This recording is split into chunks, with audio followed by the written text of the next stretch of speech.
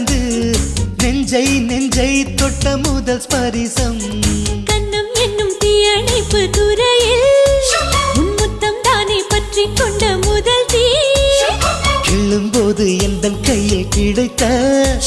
உன் வீரல் தானே நானும் தொட்ட முதல் பூ உன் பார்வை தானே எந்த நெஞ்சில் முதல் சலனம் அன்பே என்றும் நீ அல்லவா கண்ணால் பேசும் முதல் கவிதை காலம் உள்ள காலம் வரை